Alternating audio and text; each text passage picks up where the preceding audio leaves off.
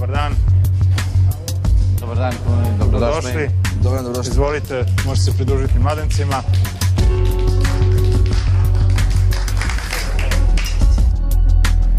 Spremate 4 porcije. Kuma, mladenci i jedna zna sudije. Okej? Jasno.